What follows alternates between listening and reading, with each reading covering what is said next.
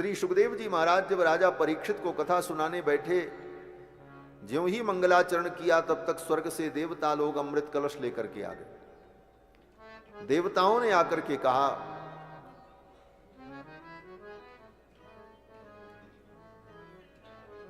कि ये अमृत कलश आप ले लो और राजा परीक्षित को पिला दो अमृत, और ये कथा आप हमें दे दो। कथा सुधाम प्रयच्छस्व गृहीत्वैव सुधामिमाम। स्वर्ग की इस सुधा को लेकर ये भागवतामृत, ये कथा सुधा आप हमको दे दो। देवता लोग, स्वर्ग के देवता अमृत कलश लेकर के आए, अमृत देने को तैयार हुए, लेकिन ये कथा उनको नहीं मिली। क्यों नहीं मिली? सुखदेव जी ने देवताओं को कथा नहीं सुनाई, क्योंकि उनके अंदर भक्ति नहीं थी। सूत जी कहते हैं अभक्तांस्तांश्च विज्ञाय न ददौ स कथामृतम। उन देवताओं को अभक्त समझकर सुखदेव जी ने उनको कथा नहीं सुनाई। कथा भक्त को सुनानी चाहिए, भक्त ही इसका अधिकारी होता है, जिसके अंदर भक्ति हो। क्या पहचान है भक्ति की? बोले कथा सुनने के लिए जो सब कुछ छोड़ दे वही कथा का अधिकारी। कथा सुनने के लिए किसी भी शर्त पर वो राजी हो जाए, बड़ा कठिन है। राजा परीक्षित सब कुछ छोड़ करके आ गए और सुखदेव जी के चरणों में बैठ के बोले हमको कथा सुनो। कहीं भी धन का गर्व, पद प्रतिष्ठा का गर्व नहीं था, नहीं तो राजा परीक्षित कहते महाराज आप हमको कथा सुनाओ, हम आपको आधा राज्य दान करेंगे। लेकिन कहीं गर्व उनकी वाणी में नहीं था, दैन्य था, दीनता थी। जब तक दीनता का भाव ना आए, दैन्य ना आए, तब तक वो कथा का अधिकारी नहीं हो सकता। धन संपत्ति भूल जाओ, अपनी पद प्रतिष्ठा भूल जाओ, हम अपनी पद प्रतिष्ठा और धन संपत्ति के बल पर इस कथा को प्राप्त कर लेंगे, ये भावनाएं दूर दूर तक छोड़ दो। दीन बन जाओ, भिखारी बन जाओ, इस कथा के लिए हमको मिल गई, हम कृतार्थ हो गए, हम इसके योग्य नहीं थे फिर भी हमें प्राप्त हो गई, ये भाव। आजकल बोले आज तो ये स्थिति है, कथा करावें तो उनकी यही कामना रहती कि कम से कम 4 बार पूरी कथा में 4 घंटे में महाराज हमारा नाम लें। हाँ, अन्यथा न समझिएगा, हम तो इसलिए कहते हैं कि इस व्यासपीठ से कड़वी बात बोलने से अगर किसी का कल्याण हो जाए और उसे सही दिशा मिल जाए तो हमारा बोलना सार्थक है। हम इस दृष्टिकोण से कहते हैं। आज यही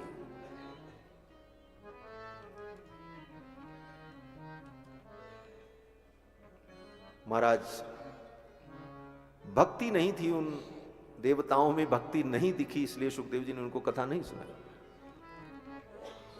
सूत जी कहते हैं श्रीमद् भागवती वार्ता सुराणाम अपि दुर्लभा, ये देवताओं को भी दुर्लभ, स्वर्ग का अमृत देकर की भी उनको नहीं मिली, और इस धरती पर रहने वाले हमको आपको ये मिल रही है, हम उन देवताओं से भी ज्यादा भाग्यशाली।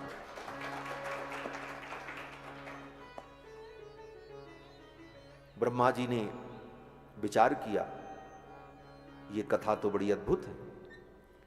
सारे साधनों की तुलना की और वेद व्यास जी ब्रह्मा जी इस निष्कर्ष पर पहुंचे कि भागवत अपनी महिमा के कारण, गौरव के कारण बहुत महान है, बाकी जितने साधन हैं इसके सामने लघु हैं। लघून्यन्यानि जातानि गौरवेण इदम महत्। आगे कहते हैं सूत जी महाराज, हे मुनियों, अब मैं तुम्हें एक वृत्तांत सुनाता हूं। एक बार नारद जी विचरण करते हुए धरती के अनेक तीर्थों पर, भारतवर्ष के अनेक तीर्थों में गए, लेकिन कहीं भी उनको शांति नहीं मिली। क्यों? नारद जी स्वयं कहते हैं अहम तो पृथ्वीम यातो ज्ञात्वा सर्वोत्तमामिति। ये पृथ्वी सर्वोत्तमा है। यह सोचकर मैं पृथ्वी पर भ्रमण करने आया और मैंने तीर्थों में भ्रमण किया। पुष्करम च प्रयागम च काशीम गोदावरीम तथा, पुष्कर, प्रयाग, काशी, गोदावरी, इन समस्त तीर्थों में मैंने भ्रमण किया। हरिक्षेत्रम कुरुक्षेत्रम, हरिक्षेत्र, कुरुक्षेत्र, श्रीरंगम सेतु बंधनम, श्रीरंगम सेतु बंध रामेश्वरम, इन सारे तीर्थों में मैंने भ्रमण किया, लेकिन ना पश्यम कुत्रचित छर्म। नारद जी कहते कहीं पर भी मुझे कल्याण नहीं दिखाई पड़ा। 5000 वर्ष पहले कह रहे हैं नारद जी, कहते हैं कहीं पर भी मुझे कल्याण नहीं दिखाई पड़ा और मेरे मन को संतोष हो ऐसा भी कुछ हमें नहीं दिखाई पड़ा। ना पश्यम कुत्रचित छर्म मन संतोष कारक। क्या हो गया महाराज? पुराणों में तीर्थों की महिमा भरी पड़ी है और इन तीर्थों में जाने के बाद भी कल्याण नहीं दिखाई पड़ा, संतोष नहीं हुआ नारद जी को। नारद जी कहते हैं कलिना धर्म मित्रेण धरेयम बाधिताधुना। कथा के प्रारंभ में जो बात मैंने कही वही बात नारद जी कहते हैं। नारद जी कहते हैं कलिना, ये कलयुग जो है, अधर्म मित्रेण, जो अधर्म का मित्र है। ये कलयुग किसका मित्र है? अधर्म का। अधर्म और कलयुग की बड़ी पक्की दोस्ती, जहां एक जाता है वहां दूसरा भी जाता है और दोनों मिल करके अपना जो इनका टारगेट है उसको पूरा करते हैं, अपना उद्देश्य पूरा करते हैं। कलिना धर्म मित्रेण धरेयम बाधित अधुना। ये संपूर्ण धरती इनके द्वारा बाधित है कलयुग और अधर्म के कारण। क्या दिख रहा है? बोले क्या किया कलयुग ने? बोले कलयुग ने पहला काम किया, सत्य चला गया। सत्यम नास्ति, लोगों के जीवन से सत्य दूर चला गया। सत्य वहीं तक बोलते हैं जहां तक वो झूठ बोल नहीं पाते। ये विडंबना। छोटी छोटी बात पर व्यक्ति असत्य भाषण करता है। सत्य के द्वारा उसकी रक्षा होगी, सत्य में बल है ये भरोसा नहीं है। उसे भरोसा झूठ पर है कि हम झूठ बोलेंगे तो हमारा काम बन जाएगा। सत्य बोलने से काम नहीं बनेगा। सामान्य ज्ञान नहीं है व्यक्ति को कि सत्य में ज्यादा दम होता है, झूठ में वो दम नहीं होता। इस बात को भी व्यक्ति समझने को तैयार नहीं। उसे लगता है नहीं, सत्य में उतना दम नहीं है जितना दम झूठ में है। झूठ बोलेंगे तो काम बन जाएगा, सत्य बोलेंगे तो बिगड़ जाएगा। ये भी विडंबना है। मैं देखता हूं, अपने ही परिवेश में, वातावरण में देखता हूं, ऐसे ऐसे झूठ बोले जाते हैं और मैं जानता हूं, मुझे दया आती है और इसके बाद मन खिन्न भी होता है। क्या व्यक्ति असत्य पे इतना विश्वास कर रहा? सत्य में भरोसा नहीं उसे। सत्य चला गया। सत्यम नास्ति। तपः शौचम, तपस्या चली गई। आज तपस्या नहीं। तपस्या क्या है? बोले धर्म का आचरण करने में जो कठिनाई होती है उस कठिनाई को प्रसन्नता पूर्वक सहन कर लेना, इसी का नाम तप है। बहुत सरल शब्दों में। आपको भूख बहुत जोर की लगी, रास्ते में सड़क के किनारे रोटी दाल बिक रही और कौन बनाया है, कैसे बनाया है, ये पता नहीं। भूख बहुत लगी है, लेकिन धर्म कहता है शुद्ध आहार ग्रहण करो। उस भूख को आपने सहन किया और उन गंदी चीजों को नहीं खाया। अपने स्थान पर पहुंच करके पवित्रता से एक फल मिला, उसे खा करके आपने संतोष कर लिया। आप धर्मात्मा हो। ये धर्म है, ये धर्म है। और जहां देखा वहीं जीभ बढ़ गई। जीवन में कभी ज्ञान दृढ़ नहीं होगा, न कभी संस्कार दृढ़ हो पाए। तपस्या इसी का नाम है। धर्म के आचरण में जो दुख हो उस दुख को हम सहन कर लें और सहर्ष आनंद पूर्वक, इसी का नाम तप है। काया क्लेशो तप, वो तप जीवन से चला गया। आज व्यक्ति न गर्मी सहन कर सकता है, न भूख सहन कर सकता है, न प्यास सहन कर सकता है। थोड़ी सी तपस्या, कल्पना करो ऋषि लोग जंगल में बैठ करके कैसे तपस्या करते, कितने मच्छर काटते रहे होंगे, कितने दंश काटते रहे होंगे। आज तो इतनी सुविधा के बाद भी हम भगवान का नाम और मंत्र का जप नहीं कर पाते हैं। इतनी सुविधा दे दी जाए उसके बाद भी कुछ नहीं, और तो और अपने नित्य नैमित्तिक कर्मों को भी नियम से हम नहीं कर पाते। यह विडंबना है। कहते हैं सत्यम नास्ति तपस शौचम। दैखा मंदिर में दान करेंगे तो कहेंगे इसकी तीनों पत्तियों पर मेरे दादा परदादा पुरखा सबका नाम लिखो। मंदिर में जाओ तो देखने को मिलेगा आपको। एक कमरा भी बनवाए, बोले इस पे पत्थर लगाओ हमारे नाम का, बोले जितना पुण्य था वो सब नष्ट हो गया। दान किया और उस दान का प्रदर्शन किया, दान किया और उसका बखान किया। दान का बखान होते ही वो दान खत्म हो गया, उसका पुण्य तो उस बखान में चला गया। उसके बदले में आपने संसार में यश ले लिया। अब उस दान से तुमको मरने के बाद कोई फल नहीं मिलेगा, कोई कल्याण नहीं होगा। क्यों? बोले उसका फल यही आपने ले लिया। दो ही जगह फल मिलता है, या तो यहां या तो वहां। या तो लौकिक फल ले लो या पारलौकिक फल ले लो। दो फल होते हैं, तीसरा फल होता ही नहीं।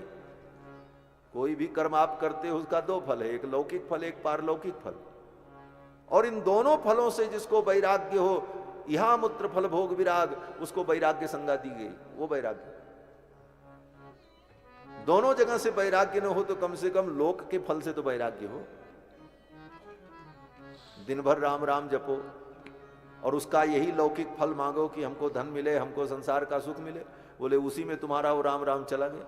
अगर वो लौकिक सुख न मांगते तो उस राम राम के बदले में तुमको मरने के बाद राम जी जरूर मिलते, पक्के मिलते, वैकुंठ मिलता, संसार का बंधन छूटता। लेकिन संसार के तुच्छ फल के लिए इतनी बड़ी वस्तु को तुमने गंवा दिया अज्ञान के कारण।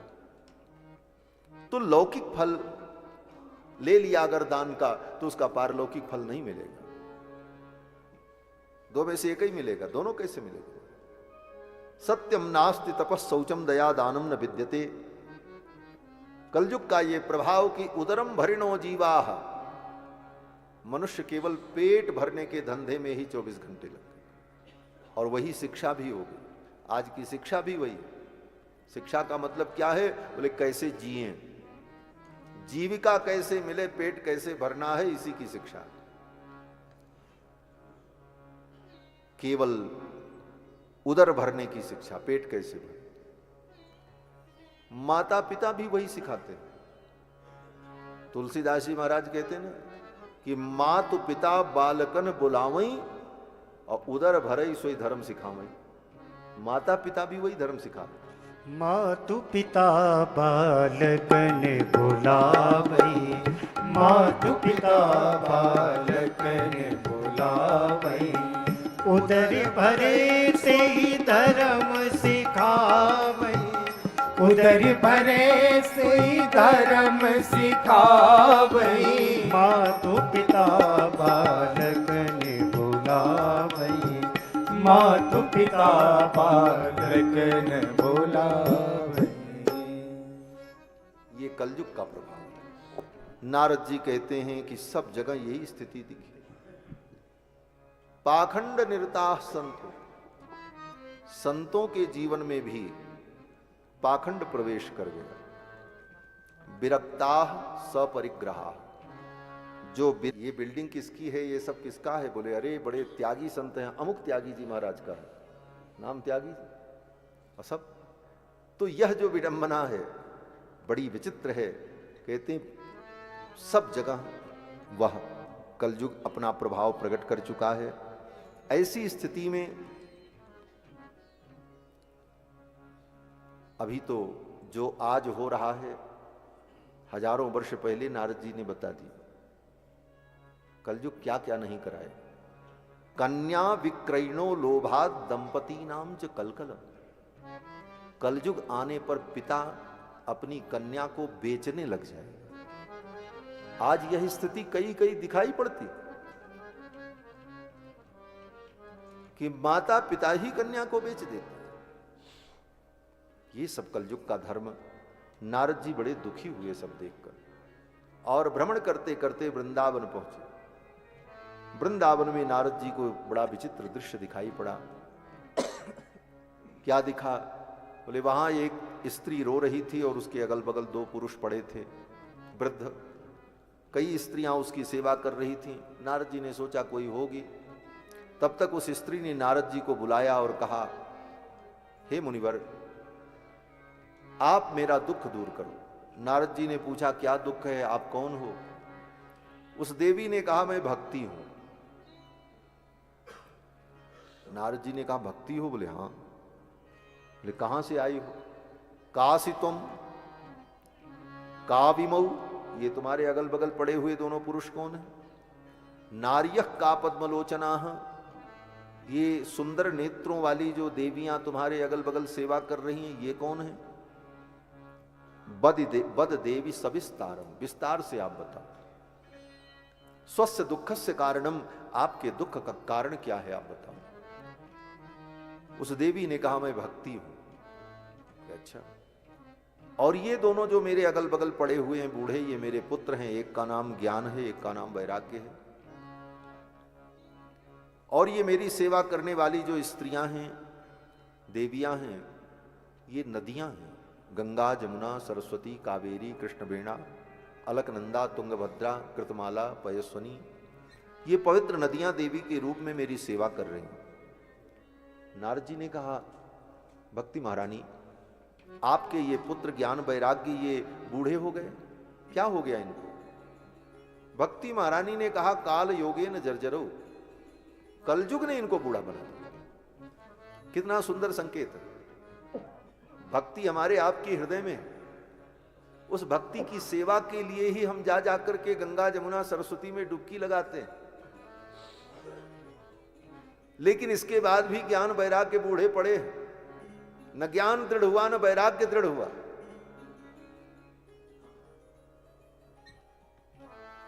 ज्ञान न दृढ़ हो पाया, न वैराग्य दृढ़ हो पाया। थोड़ी सी समस्या हमको विचलित कर देती। ज्ञान वैराग्य कहता है कि अगर ज्ञान वैराग्य दृढ़ हो गया तो संसार में कैसी भी परिस्थिति आ जाए व्यक्ति को दुख नहीं होगा। क्यों? बोले सब कुछ लुट जाए दुख नहीं होगा। क्यों? बोले ज्ञान अगर है तो ज्ञान की दृष्टि से सोचेगा मेरा क्या था, और नहीं लुटता तब भी एक दिन सब कुछ छूट ही जाता। इस दुनिया में न लाभ का कोई मूल्य है, न हानि का कोई मूल्य है। अगर सूक्ष्म दृष्टि से विचार करो तो इस दुनिया में न कुछ लाभ हुआ, न कुछ हानि हुई। क्या लाभ मिला और क्या हानि हुई? बोले न कुछ लाभ है, न कुछ हानि है, अंत में सब बराबर है। ये ज्ञान की दृष्टि से जब सोच लेंगे तो उस बड़ी से बड़ी परिस्थितियां आ जाने पर भी आप विचलित नहीं हो, दुखी नहीं हो। तब भक्ति का आनंद मिलेगा। जनक जी महाराज का पूरा नगर जल गया, समृद्धशाली नगर जल गया। अष्टावक्र जी ने कहा, राजन तुम्हारा नगर जल गया और तुम दुखी नहीं हुए? जनक जी ने कहा, अनंतम बत में वित्तम, मेरा जो धन है वो तो अनंत है। मिथिलायाम प्रदीप्तायाम न में किंचित प्रदह्यते, इस मिथिला के जल जाने पर भी मेरा क्या जला, मेरा कुछ था ही नहीं। तो वह ज्ञान उनको संभाल लिया।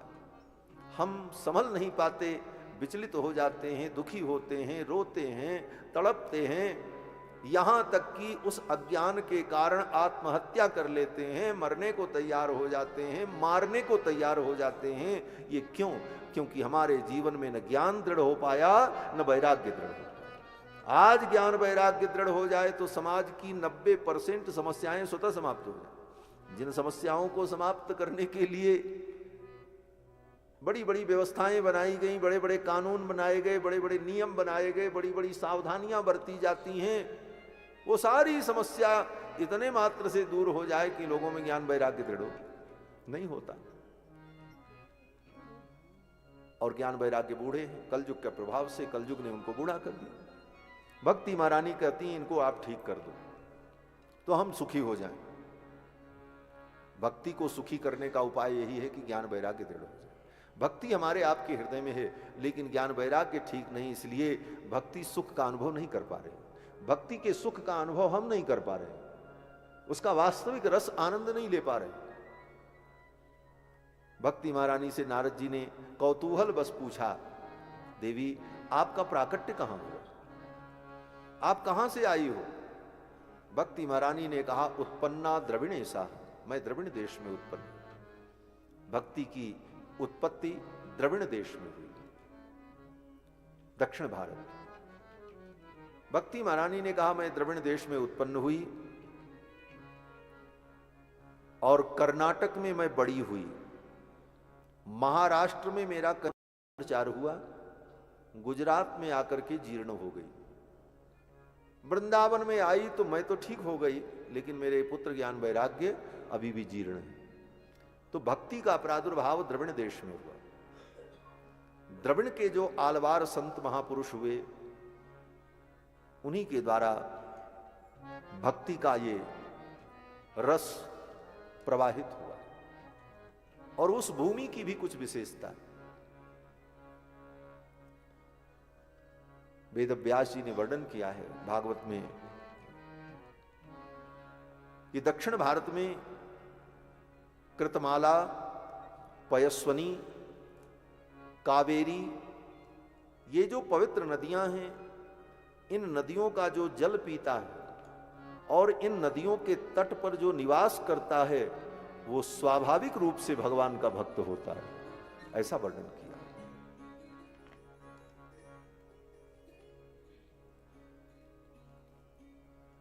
वेद व्यास जी कहते हैं, कलौ खलु भविष्यन्ति नारायण परायणा।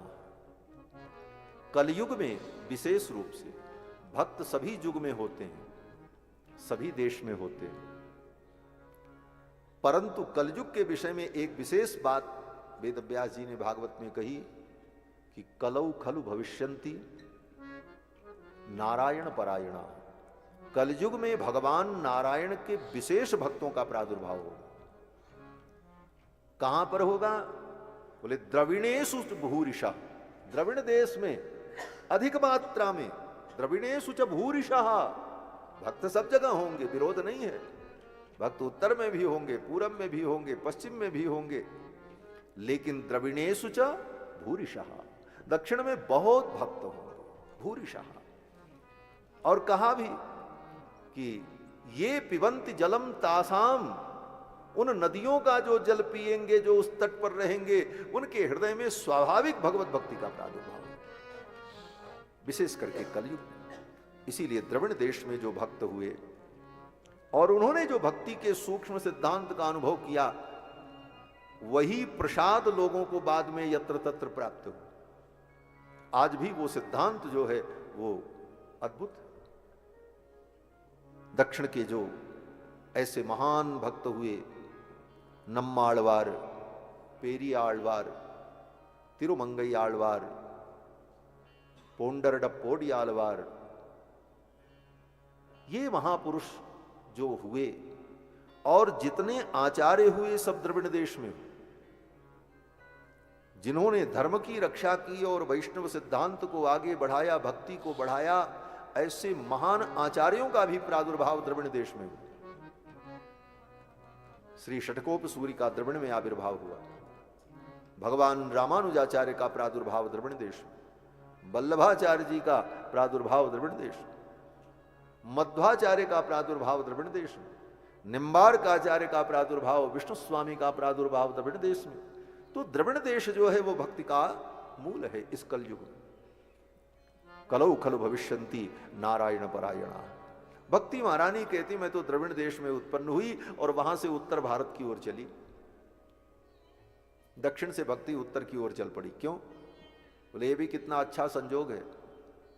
उत्तर में भगवान प्रकट होते और भक्ति दक्षिण में प्रकट होती। भक्ति और भगवान का ये संबंध कितना अच्छा है। भगवान उत्तर में प्रकट हुए, राम कृष्ण इन सब का अवतार उत्तर भारत, और भक्ति द्रविड़ देश में। तो भक्ति ने कहा हमको वहां चलना चाहिए जहां भगवान हो, क्योंकि भक्ति तो भगवान के चरणों में जाती है। इसलिए भक्ति दक्षिण से उत्तर की ओर चल पड़ी और भगवान बोले जब तक भक्ति भगवान की ओर चल करके ना आए। तो भगवान कहते हैं कोई बात नहीं, भक्ति अगर चल करके मेरे पास नहीं आ रही है तो कोई बात नहीं, अगर भक्ति है तो चिंता मत करो, मैं स्वयं चल करके वहां आ जाऊंगा। भगवान चल करके चले जाए। इसीलिए भगवान हमारे राम जी अयोध्या से चलकर लंका तक चले गए। बोले लंका में भी भक्ति थी। किसके अंदर? बोले विभीषण जी के अंदर। भगवान ने कहा मेरी भक्ति जहां जहां होगी, अगर भक्त वहां मेरे पास आने में असमर्थ है तो जहां भक्त रहेगा, भक्ति रहेगी, हम वहां चल करके जाएंगे, वो देश चाहे कैसा भी क्यों न हो। और भगवान लंका तक गए। ठाकुर के चरण लंका में भी पड़े। भगवान कृष्ण प्रकट हुए वृंदावन मथुरा में, और वृंदावन में लीला करके किधर गए? बोले दक्षिण की ही ओर गए। गुजरात में जाकर के राजधानी बनाई, द्वारिका में। ब्याह संबंध कहां किया? बोले मद्रास में जाकर के मद्र देश की कन्या से विवाह किया। दक्षिण तक की यात्रा करके भगवान ने उन भक्तों पर अनुग्रह किया, कल्याण किया। तो भक्ति भगवान के चरणों में जाती है, और भक्ति होती है तो भगवान भी स्वयं चल करके भक्तों के सन्निकट पहुंच जाते हैं। भक्ति महारानी ने कहा मैं तो द्रविड़ देश में उत्पन्न हुई, कलयुग के प्रभाव से मैं जीर्ण हो गई, लेकिन वृंदावन में आकर के मैं ठीक हो गई। मेरे अंग को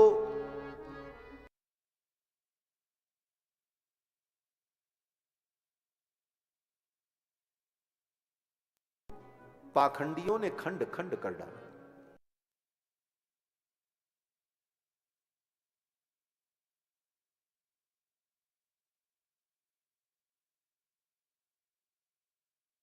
भगवान बताने लग रहा, कह रहा आओ हम सारी दुनिया का ज्ञान दे देंगे, हम तुम्हारी सब समस्या दूर कर देंगे, हम तुम्हारा भाग्य बदल देंगे। एक से एक पाखंड, ऐसे ऐसे पाखंडी महाराज स्वयं बैठ जाएंगे और दूध से नहाएंगे और फिर कहेंगे इसमें जो दूध है सब ले लो, थोड़ा थोड़ा, सब का सब काम बन जाएगा। पागल जनता दौड़ रही महाराज।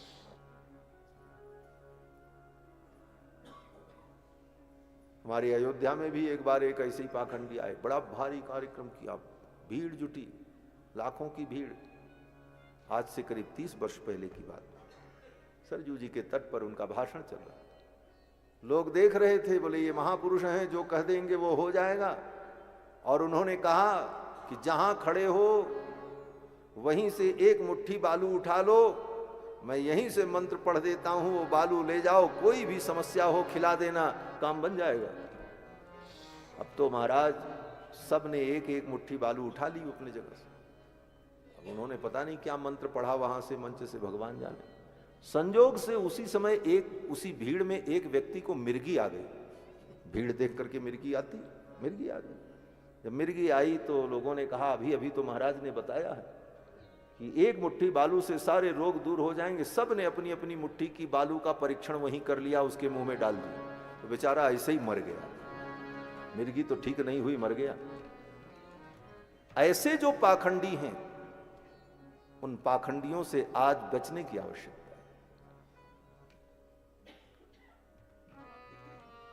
भीड़ वस्तु की महत्ता का प्रतिपादन नहीं करती, वस्तु की महत्ता स्वयं में होती है। यह जानना चाहिए, आज इसको जानने की आवश्यकता है। बंधुओं, भक्ति महारानी कहती हैं इन पाखंडियों ने मेरे अंग अंग को खंड कर दिया। दुर्बला हम, इसीलिए मैं दुर्बल हो गई, कमजोर हो गई। लेकिन वृंदावनम पुनः प्राप्य, वृंदावन में आकर के मैं तो नवीन हो गई। जाता हम युवती सम्यक, मैं तो युवती हो गई, लेकिन मेरे ये दोनों पुत्र बीमार पड़े हैं, आप इनको ठीक करो। नारद जी ने कहा हम बड़े भाग्यशाली हैं कि आपका मुझे दर्शन है। वो तो ठीक है, लेकिन दूसरा प्रश्न हमारे आपके सबके मन में रहता, जितने लोग यहां बैठे हैं।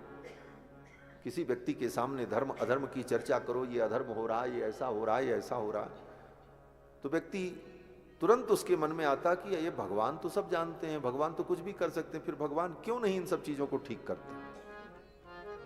ये सामान्यतया प्रश्न हर व्यक्ति के मन में आता है। भक्ति महारानी के मन में भी है। ये संकेत है, तुम भी भक्ति करोगे तो ऐसे प्रश्न तुम्हारे मन में भी आएंगे, और उस प्रश्न से विचलित होने की आवश्यकता नहीं है, उसका सटीक उत्तर क्या है वो प्राप्त करने की आवश्यकता है। नारद जी ने कहा, आप सुनो इसका उत्तर। यस पृष्ठस्त्वया बाले, यदि पृष्ठस्त्वया बाले प्रेमतः श्रवणम कुरु। अगर तुमने प्रश्न किया है बाले, हे भक्ति महारानी, तो प्रेमतः श्रवणम कुरु, प्रेम से इसको अब सुनो। सर्वम बक्ष्यामि ते भद्रे, हे देवी, तुम्हारे लिए मैं सब बताऊंगा, सब कहूंगा, और तुम्हारा दुख दूर हो जाएगा। देखो ये कलयुग अपने समय पर आया है। किस समय पर आया? नारद जी ने कहा, यदा मुकुंदो भगवान क्षमाम त्यक्त्वा स्वपदंगतः, जिस दिन भगवान मुकुंद अपनी लीला को पूर्ण करके वैकुंठ गए, तद दिनात कलिरायात, उसी दिन कलयुग आ गया। जिस दिन कृष्ण भगवान की लीला पूर्ण हुई, उसी दिन कलयुग आ गया। भगवान की लीला पूरी हुई, कलयुग की लीला शुरू हो गई। तद दिनात कलिरायात सर्व साधन बाधक, समस्त साधनों का बाध करने वाला कलयुग आ गया। राजा परीक्षित को मिला दिग्विजय के क्रम में, लेकिन राजा परीक्षित ने उसे क्यों छोड़ दिया? कहते न मया मारणीयोयम। राजा परीक्षित ने विचार किया कि न मया मारणीयोयम, ये कलयुग है तो दुष्ट, लेकिन मेरे द्वारा इसका वध हो ये ठीक नहीं। कारण, एक कारण तो ये था, कलयुग ने शरणागति कर ली थी राजा परीक्षित। शरणागति अगर कोई कर ले तो फिर कैसा भी हो उसके अंदर दोष नहीं देखना चाहिए। ये अलग धर्म है, शरणागति की महिमा है। अगर किसी जीव ने शरणागति कर ली, उसके बाद भी आप उसके साथ तराजू पे तौल करके न्याय करने लगो, फिर वो शरणागति का कोई मतलब नहीं हुआ। अगर व्यक्ति शरणागति कर रहा है, इसका मतलब है कि वो आपके पास रक्षा की याचना करने आया। उस स्थिति में उसकी योग्यता का विचार, उसके गुण दोष का विचार करना अपराध माना जाता। भगवान भी नहीं करते। हाँ, भगवान भी कहते तुम मेरी शरण में अगर आओ तो मैं तुम्हारे गुण दोष का विचार नहीं करूंगा। आए शरण तजऊ नहीं ताहू, अगर शरण में आया तो मैं उसका त्याग नहीं करूंगा। शरण में नहीं आया तब निर्णय करूंगा कि ये पापी है, ये पुण्यात्मा है, हिसाब होगा। फिर तब तो तराजू पे तौल करके हिसाब होगा, एक एक कर्मों का हिसाब होगा। लेकिन अगर शरण में आ गया तो भगवान कहते हैं फिर मैं कुछ विचार नहीं करूंगा, मैं उसे स्वीकार कर लूं। ये शरणागति धर्म है, यह भी धर्म है। तो महाराज परीक्षित भी धर्मात्मा है। परीक्षित ने विचार किया कलयुग ने शरणागति की है, तो अब मैं इसे अगर मारूं तो शरणागत धर्म नष्ट हो जाए। इसलिए राजा परीक्षित ने उसे छोड़ दिया। और दूसरा कारण, सारंग इव सारभुक। राजा परीक्षित ने सोचा कि कलयुग में दोष तो बहुत है, लेकिन एक अच्छाई भी है। क्या अच्छाई है? बोले जैसे मधुमक्खी होती है, मधुमक्खी में बहुत दोष है। वो मक्खी है, पहले तो मक्खी ही है, मक्खी से लोग दूर भागते हैं।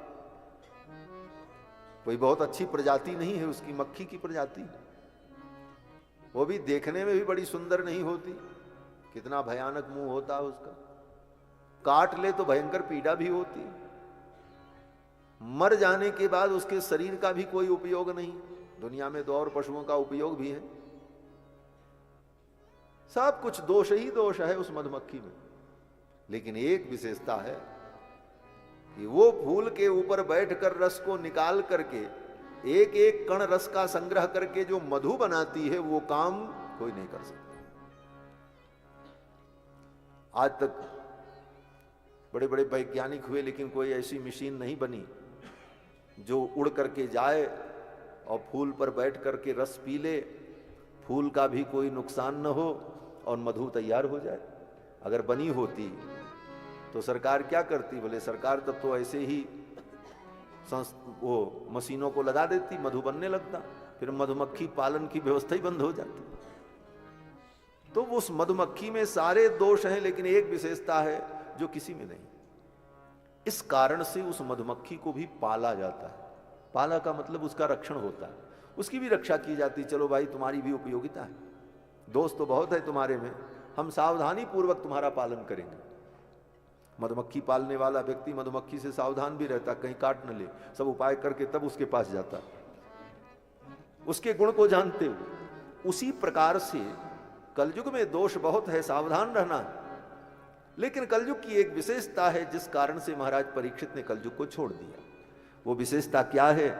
नारद जी कहते हैं, यत् फलम नास्ति तपसा, जो फल तपस्या से नहीं मिल सकता कलयुग में, न योगेन समाधिना, योग करने पर और समाधि से जो फल नहीं मिल सकता कलयुग में, तत्फलम लभते सम्यक, वो फल ठीक ठीक उसी प्रकार से लभते प्राप्त हो जाएगा कलयुग में। कैसे? बोले, कहते हैं केशव कीर्तनात्, भगवान केशव का कीर्तन करो, उनका गुण गाओ, उनकी कथा सुनो, उनका नाम लो, तो वो सब फल प्राप्त हो जाएगा जो फल तपस्या से मिलता है, जो योग से मिलता है, जो समाधि से मिलता है। यत् फलम नास्ति तपसा, यहां तो नास्ति कहा है। जब फलम नास्ति तपसा, जो तपस्या से नहीं मिल सकता वो भी मिल जाएगा, जो योग से भी नहीं मिल सकता वो फल मिल जाएगा, जो समाधि से फल नहीं मिल सकता वह भी फल भगवान के कीर्तन से, भगवान नाम स्मरण से प्राप्त हो जाता है। ये कलयुग की विशेषता है। गोस्वामी तुलसीदास जी महाराज कहते हैं, ये कलयुग बहुत अच्छा है। सब ने कलयुग की निंदा की, प्रसंग आया तो गोस्वामी जी ने भी कलयुग की निंदा की। कलयुग के सारे धर्म का वर्णन किया उत्तरकांड में, कलयुग में क्या क्या होगा। लेकिन जब समय आया तो गोस्वामी जी ने कलयुग की प्रशंसा भी की। गोस्वामी जी कहते हैं, कलयुग समजुग आन नहीं, इससे बढ़िया तो कोई जुग ही नहीं है। हाँ, ये सबसे बढ़िया है। कलयुग समजुग आन नहीं, जो नर कर विश्वास, गाय राम गुण गण विमल, भवतर बिनहि प्रयास। ये कलयुग तो बड़ा अच्छा है, इससे बढ़िया कोई युग नहीं। बोले इतनी बड़ी प्रशंसा क्यों की? बोले देखो, जिसके राज्य में रहो तो उसकी भी थोड़ी प्रशंसा करनी पड़ती है। रहना तो कलयुग में ही। आप दिन भर कहो कि सतयुग बहुत अच्छा है, त्रेता बहुत अच्छा है, कलयुग बहुत खराब है, कलयुग बहुत खराब है, तो क्या होगा? क्या कर पाओगे? रहना तो इसी युग में। कलयुग भी कहेगा, ये दिन भर हमारी निंदा करता है, इसको एक पटकनी और दो, और पटकनी दे देगा। हमारे स्वामी जी कहा करते थे कि महाराज, जो कलयुग की ज्यादा निंदा करता है उसको कलयुग और पटकनी देता है। तो इसलिए निंदा भी नहीं करनी। वैष्णव तो किसी की निंदा नहीं करता, सबकी निंदा छोड़ दे और केवल भगवान का गुणगान करे, निंदा किसी की न करे, वही सच्चा वैष्णव होता है। वैष्णव जन तो तेने कहिए जे पीर पराई जाने। वैष्णव किसी की निंदा नहीं करता। लोग कहते हैं ये वैष्णव है, ये उनकी निंदा करते हैं, ये अमुक विषय की निंदा करते हैं, ये अमुक विषय की निंदा करते हैं। बोले तुम जानते ही नहीं, वैष्णव तो एक चींटी से भी द्रोह नहीं करता, वो किसी से क्यों द्रोह करेगा? वैष्णव तो अपने आराध्य को कण कण में देखता है। सी राम में सब जग जानी, करहु प्रणाम जोरी जोर पानी। ये वैष्णव का दृष्टिकोण। वैष्णव सब में अपने प्रभु को देखता है। सर्वभूत निवासोसी वासुदेव नमोस्तुते। तो कलयुग की इस विशेषता को देखकर गोस्वामी जी ने भी कहा, कलयुग समयुग आन नहीं, जो नर कर विश्वास, गाय राम गुण गण विमल भवतर बिनहि प्रयास। और कलयुग की एक विशेषता और है। वो विशेषता क्या है? कलिकर एक पुनीत प्रतापा, मानस पुण्य हो ही नहीं पापा। इसका मतलब लेकिन कलयुग में मन से कोई पुण्य करो तो उसका फल होगा, लेकिन मन से कोई पाप हो गया तो उसका कोई फल नहीं होगा, अर्थात आपको पाप नहीं लगेगा। आप मन में सोच रहे हो हम दान करें, यज्ञ करें, गंगा स्नान करें, तो मन से आपने इस पुण्य का स्मरण किया तो आपको पुण्य मिल जाएगा। लेकिन मन में कोई पाप आ गया तो कलयुग में उसका प्रभाव नहीं रहता है। इतनी छूट भगवान ने दे रखी है। कलिकर एक पुनीत प्रतापा, मानस पुण्य हो ही नहीं पापा। लेकिन आप इसका मतलब ये मत सोच लेना कि मन से पाप सोचने पर पाप नहीं लगता, तो सोचने में क्या लगा है, चलो सोचें। बोले सोचते रहोगे तो एक दिन फिर वो पाप तुम्हारे जीवन में आ ही जाएगा, इसलिए सोचने से भी बचना चाहिए। बुद्धिमानी तो यही, अगर ये सोच लो कि पाप के विषय में सोचने से, चिंतन करने से तो पाप लगता नहीं, तो चलो चिंतन करें, क्या दिक्कत है। बोले नहीं, बार बार विषय का चिंतन करने पर वह विषय आ ही जाता है। संगात संजायते कामः, उन विषयों का चिंतन हुआ तो उन विषयों का संग होने लग जाएगा और फिर धीरे धीरे उसी में प्रवृत्ति बन जाएगी। नारद जी ने शंकाओं का समाधान किया। नारद जी ने कहा देखो, इस कारण से राजा परीक्षित ने कलयुग को छोड़ दिया। और भगवान सब कुछ देखते हैं फिर भी भगवान सहन करते हैं, ये क्यों? तो नारद जी कहते हैं भगवान का ही बनाया हुआ सब कुछ है, ये कलयुग को भी तो भगवान ही ने बनाया, और उसका जब समय आ गया तो भगवान उसको कैसे रोकें। भगवान कहते हैं ये युग धर्म है, अयम युग धर्मो ही वर्तते कस्य दूषणम। ये युग धर्म है, इस युग में ऐसा ही सब होगा, उल्टा पलटा। इसलिए किसी व्यक्ति विशेष को हम दोष दें ये ठीक नहीं, ये तो युग धर्म है। अयम युग धर्मो ही वर्तते कस्य दूषणम, ये तो युग धर्म है, किसी एक को दोष नहीं दिया जा सकता। तो इसका मतलब ये तो नहीं है कि भाई जब कलयुग का यही धर्म है, कलयुग में यही होना है तो फिर होने दो। बोले ये अभी ठीक नहीं। कैसे? बोले जैसे हमारे आपके जीवन में ये तय है कि हम आप सब मरेंगे, मरेंगे, निश्चित मरेंगे, ये सबको पता है, हमको भी पता, आपको भी पता। अब कोई व्यक्ति सोच ले कि जब मरेंगे ही और यही होना तय है तो चलो आज ही मर जाएं, अलकनंदा में कूद जाएं, 1 मिनट में काम पूरा हो जाए। बोले तब पाप हो जाए। क्या पाप होगा? बोले आत्महत्या का पाप लग जाए। बोले जब वही होना है तो वही तो हम कर रहे हैं, फिर पाप क्या? बोले वो अपने समय पर जब आएगी परिस्थिति तो हो जाएगा, लेकिन जब तक वो परिस्थिति ना आए तब तक अपने मृत्यु से स्वयं को बचाने की जरूरत है। यावत बुद्धि बलोदया, शास्त्र कहता है यावत बुद्धि बलोदया, जब तक बुद्धि और बल काम करे तब तक मृत्यु से बचने का प्रयत्न करना चाहिए, और इसके बाद भी ना हो तब फिर स्वीकार कर लेना चाहिए, ये विधि।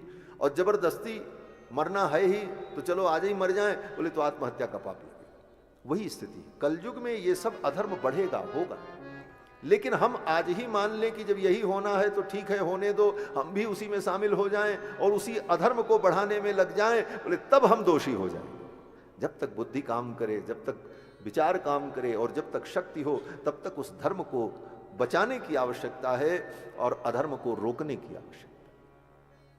यही शंका मन में आ रही होगी आपके भी कि जब यही होना था तो इतनी बात क्यों बता रहे हैं, ये गड़बड़, ये गड़बड़, ये गड़बड़। बोले हाँ, होना तो वही है, लेकिन फिर भी हमारा धर्म यही कहता है कि हम उसे बचाने का प्रयत्न करें। एक महात्मा थे, नाव में बैठे जा रहे थे, बहुत से लोग बैठे थे, नाव में पानी भरने लगा। नाव में पानी भरने लगा तो बाबा जी अपने कमंडल से जल निकाल निकाल करके बाहर फेंकने लगे। फिर भी वो पानी भरता रहा, भरता रहा। नाविक ने कहा अब नाव डूब जाएगी। महात्मा ने अपने कमंडल से जल फेंकना बंद कर दिया, बैठ गए। बोले अब डूब जाएगी तो डूब जाएगी। जब तक बचाने का प्रयत्न था तब तक प्रयत्न किया और प्रयत्न सफल नहीं हुआ तो हम निर्दोष हैं, नहीं तो हम परमात्मा की दृष्टि में दोषी हैं कि हमने उस कलयुग के अधर्म में सहयोग किया। ये है फिर तो नारद जी ने कहा अतस्तु पुंडरीकाक्ष, इसीलिए भगवान पुंडरीकाक्ष सहते निकटे स्थितः, सब कुछ देखते हैं, सहन करते हैं, क्योंकि कलयुग का यही धर्म है। चलो छोड़ो। भक्ति महारानी बड़ी प्रसन्न हुई। भक्ति महारानी ने कहा आपकी जय हो, आपने तो मेरी शंका मिटा दी। शंका जो है ना, ये सूल के तरह व्यक्ति को दुख देती है। संदेह व्यक्ति को चैन से रहने नहीं देता। किसी विषय को लेकर संदेह हो जाए तो फिर आप कितने परेशान होते हैं। किसी भी विषय को लेकर के हो, संदेह व्यक्ति को शांति से बैठने नहीं देता। संदेह का निराकरण होना चाहिए। गीता में भगवान कहते हैं अगर संदेह बना रहा तो तुम्हारा विनाश हो जाए। संशयात्मा विनश्यति, संशयात्मा का विनाश हो जाता है। इसलिए संशय जितनी जल्दी हो सके दूर कर लेना चाहिए। और संशय को दूर करने के लिए ही सत्संग किया जाता है। ये सत्संग क्यों है? बोले जीवन के विषय में जो संशय है, धर्म के विषय में संशय है, अधर्म के विषय में संशय, पाप पुण्य के विषय में संशय है, जीवन मरण के विषय में संशय है, लोक परलोक के विषय में जो संशय है, इन सारे संशयों को दूर करने के लिए ही तो सत्संग है। ये सत्संग क्यों है? बोले यहां आकर के इस संशय को हम दूर कर ले। गोस्वामी जी महाराज कहते हैं राम कथा सुंदर कर तारी और संशय विहग उड़ावन।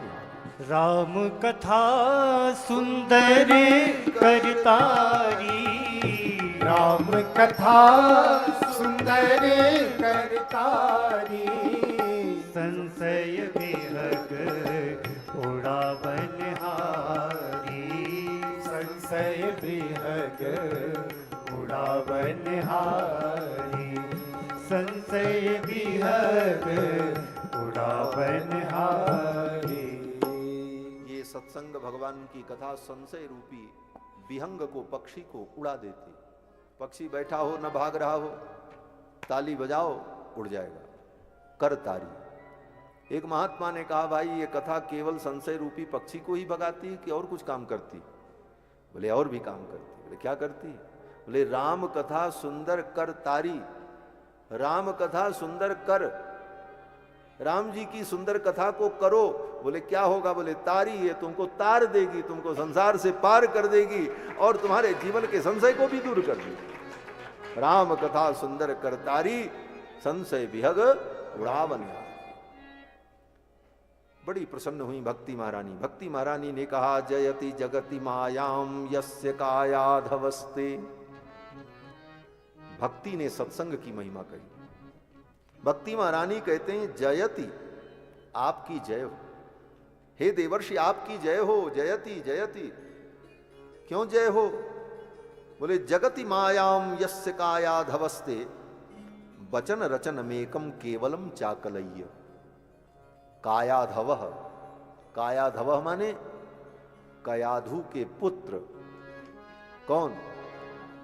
बोलो भाई, कथा सुनते हैं ना, याद रखना चाहिए ना। तो कयाधु के पुत्र कौन है? प्रहलाद जी। प्रहलाद जी का एक नाम है कायाधव, कयाधु के पुत्र। जैसे कुंती के पुत्र कौन्तेय, कौशल्या के पुत्र कौशलेय, उसी तरह कयाधु के पुत्र कायाधव।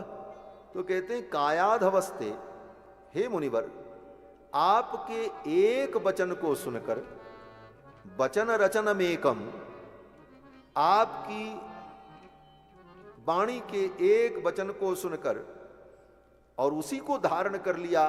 किसने? प्रहलाद जी ने। क्या धारण कर लिया? बोले नारद जी ने बता दिया। नारद जी ने यही कहा था जीवन में सब प्रकार से निर्भय होना है तो राम नाम का आश्रय ले लो। बस इस एक वचन को प्रहलाद जी ने ठीक ठीक से पकड़ लिया। बाकी तो नारद